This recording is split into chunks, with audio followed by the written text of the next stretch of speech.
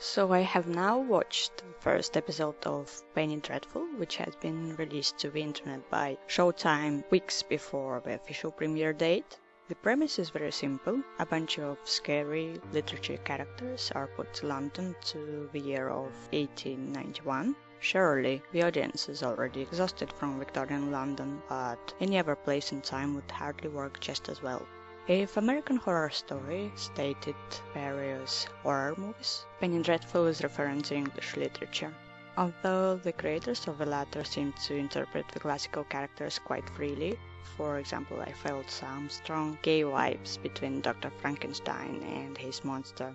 Many of the newer series are loosely based on well-known books, characters or movies like Hannibal, Once Upon a Time or Fargo, so I guess the idea of creating a weird fanfic about Dracula, Dorian Gray and Dr. Frankenstein was on the surface.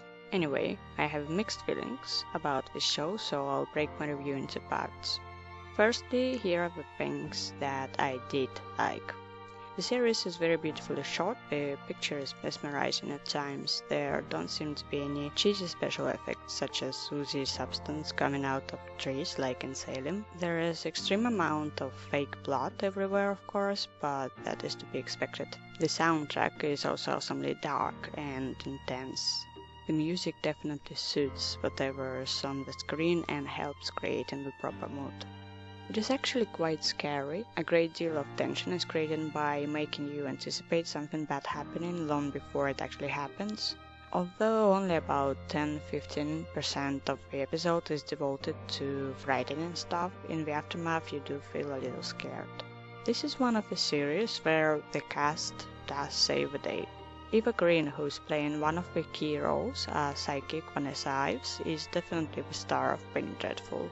And on top of being absolutely gorgeous, she shows how one reveals great passion and suffering underneath the cold surface.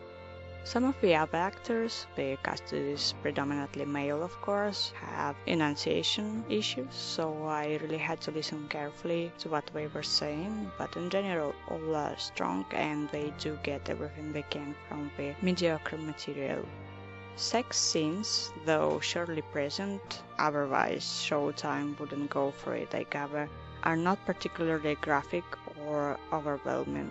The series wouldn't be any worse if they weren't there, but luckily it doesn't suffer from them being present either, like some of the other TV shows. Now about the things that I did not quite enjoy. After having watched the first episode, I can say that Penny Dreadful has a hectic storyline, although to be fair, it is a very widespread issue with pilots.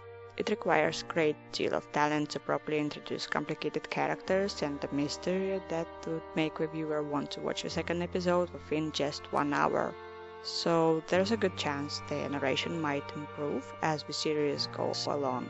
However, the fact that they don't mention anything related to the actual plot on the official page of the show makes me suspect that it is because they have nothing to say about it, really.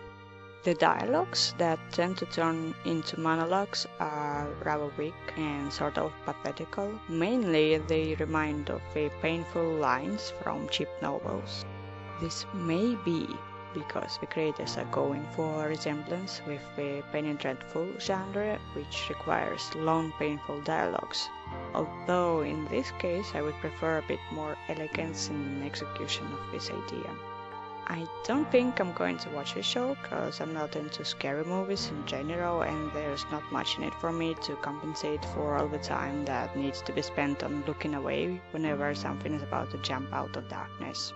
But overall, it is definitely a solid piece of work, and I'm sure many people with brave hearts would actually find it very enjoyable, especially if a plot gets improved.